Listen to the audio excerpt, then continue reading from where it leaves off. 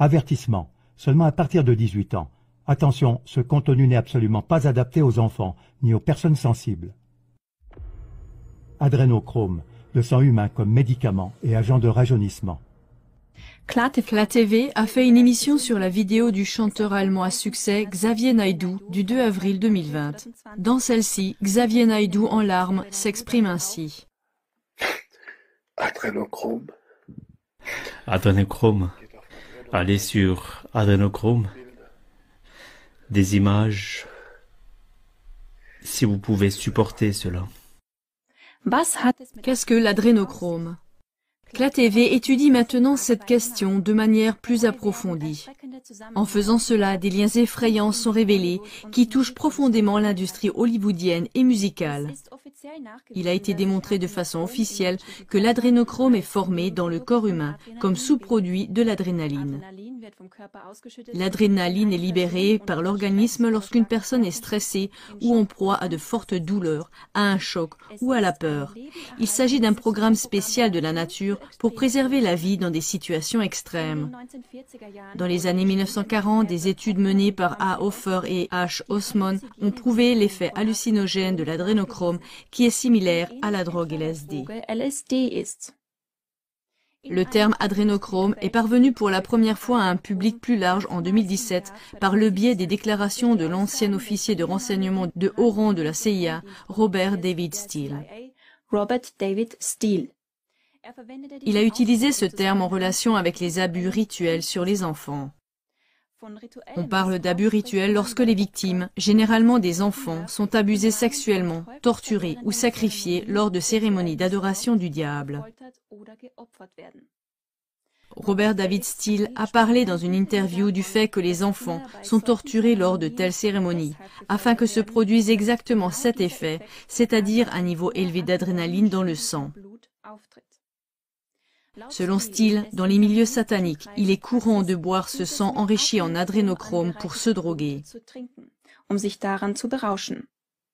Robert David Steele parle également dans plusieurs interviews de l'adrénochrome, considéré comme un agent de rajeunissement dans les milieux aisés. Il a été constaté que la consommation de sang des enfants est un remède contre le vieillissement. C'est vraiment malsain et dégoûtant. C'est un fait chimique. Et lorsqu'on boit le sang d'un enfant contenant de l'adrénaline, c'est-à-dire quand on a martyrisé l'enfant, non seulement par le satanisme, mais aussi par la torture et d'autres rituels sataniques. Lorsqu'on enrichit en adrénaline le sang des enfants avant de les tuer et de boire leur sang, il devient une substance doublement efficace contre le vieillissement. Ces dernières semaines, outre Xavier Naidoo, le boxeur poids lourd américain David Rodriguez s'est également exprimé sur ce sujet. Vous comprenez, il y a des sacrifices d'enfants, et il y a vraiment des gens qui boivent de l'adrénochrome, et ils martyrisent tellement l'enfant. Et c'est difficile à croire, c'est dur, tellement cruel. Mais il s'agit en fait d'un ancien rituel destiné à terrifier, en particulier les enfants, parce qu'ils sont plus purs, parce que leurs glandes surrénales sont plus pures, et qu'ils ont tellement peur, et qu'ils sécrètent tellement d'adrénaline, et ont tellement peur. Et ensuite on les tue et on boit leur sang. C'est une cérémonie rituelle de malades, de malades, de malades. Et maintenant, ils l'embouteillent et le vendent en flacons. Et les gens achètent cette merde. C'est une drogue. Je connais des gens dans ce métier qui me l'ont confirmé. Alors que le culte sacrificiel rituel se déroule en secret, il devient de plus en plus évident que les producteurs de films l'ont intégré depuis longtemps, de manière très évidente dans leurs films. Dans le film Fear and Loathing in Las Vegas, en français Peur et terreur à Las Vegas, de 1998, avec Johnny Depp dans le rôle principal, l'adrénochrome est ouvertement nommé et consommé.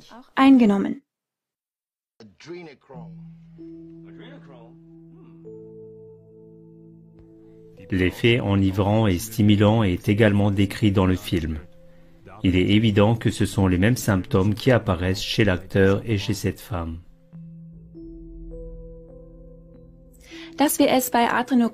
Le film Fear and Loathing in Las Vegas affirme ouvertement que l'adrénochrome est en lien avec un satanisme pur et dur et des sacrifices d'enfants rituels, et que ce n'est pas une substance conventionnelle produite chimiquement. Où as-tu eu cela? Avec quel genre de clients monstrueux as-tu collaboré cette fois-ci? Les adeptes du satanisme? Dans une autre séquence du film, on entend un homme en arrière-plan qui parle au téléphone. Elle avait 16 ans. Ils lui ont coupé cette foutue tête dans le parking. Puis, ils ont fait des trous dans son corps et ils ont aspiré tout le sang. Mais le film fournit d'autres indices. On entend par la suite la chanson White Rabbit de Jefferson Airplane. Ce n'est pas non plus une coïncidence. Voici quelques lignes de la chanson White Rabbit, en français Lapin blanc. Et quand tu vas chasser les lapins, appelle Alice lorsqu'elle était encore petite. Quand les hommes à l'échiquier se lèvent et te disent où aller, demande à Alice, je crois qu'elle saura. La chanson White Rabbit raconte sans équivoque l'histoire d'Alice au pays des merveilles.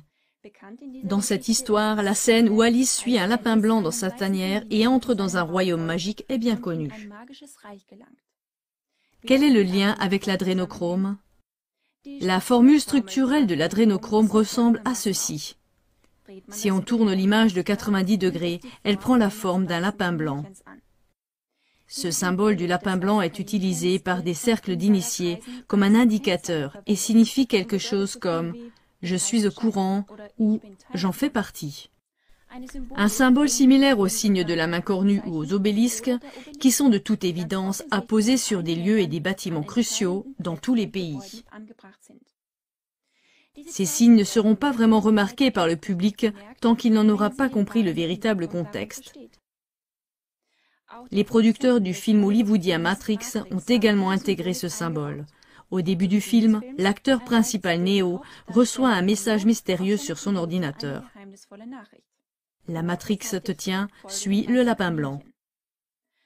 Peu de temps après, on frappe à la porte et Neo découvre le tatouage d'un lapin blanc sur l'un des arrivants.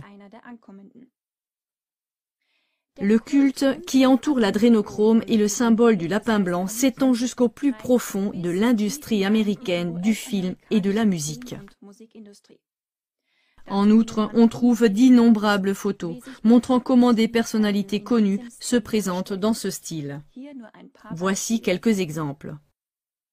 Remarquez le fond blanc, l'écriture blanche chez Lady Gaga, le rideau blanc chez Madonna ou Victoria Beckham, la colonne blanche chez Rihanna, les oreilles de lapin blanc aussi chez Emma Watson, Britney Spears, Ashley Olsen ou Katy Perry.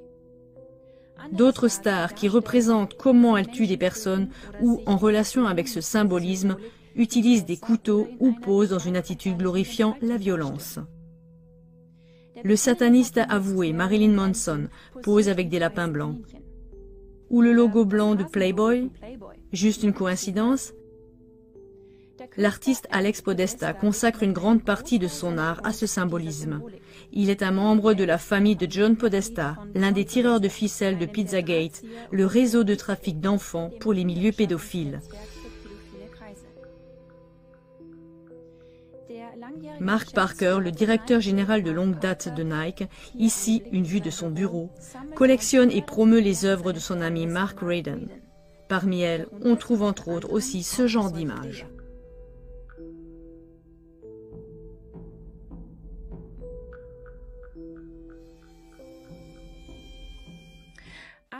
L'adrénochrome et le meurtre d'enfants cachés qui en découle est un énorme crime qui doit être puni et résolu immédiatement. Par conséquent, le contenu de cette émission doit également être compris comme un appel à la justice restante internationale. Il faut également éclaircir et prévenir le fait déplorable que, sur fond de pratiques aussi cruelles, l'autorité policière européenne, Europol, parle du fait qu'en 2015 seulement, 10 000 enfants ont disparu sans laisser de traces. Il en va de même pour les terribles révélations concernant le réseau d'achat d'enfants Pizzagate, dans lequel des politiciens et des personnalités bien connues aux États-Unis ont été gravement incriminés. Le scandale entourant le milliardaire new-yorkais Jeffrey Epstein, qui dirigeait un réseau sexuel d'enfants pour la classe supérieure américaine, nécessite également une clarification appropriée. Il y a aussi le cas du réseau pédophile satanique dans l'affaire Dutroux en Belgique, où 27 témoins ont été retrouvés morts. Citons également le cas de Natascha Kampusch en Autriche, dans lequel les résultats de l'enquête du chef enquêteur Franz Kröll avaient gravement incriminé des politiciens autrichiens. Cependant, ces faits n'ont pas été révélés car il a également été retrouvé mort dans son appartement. Faites votre devoir et prenez soin avant tout de tous ceux qui ont été touchés par la violence rituelle, qui ont pu y échapper, mais qui se voient refuser une audience et une procédure appropriée contre leurs bourreaux par toutes les autorités.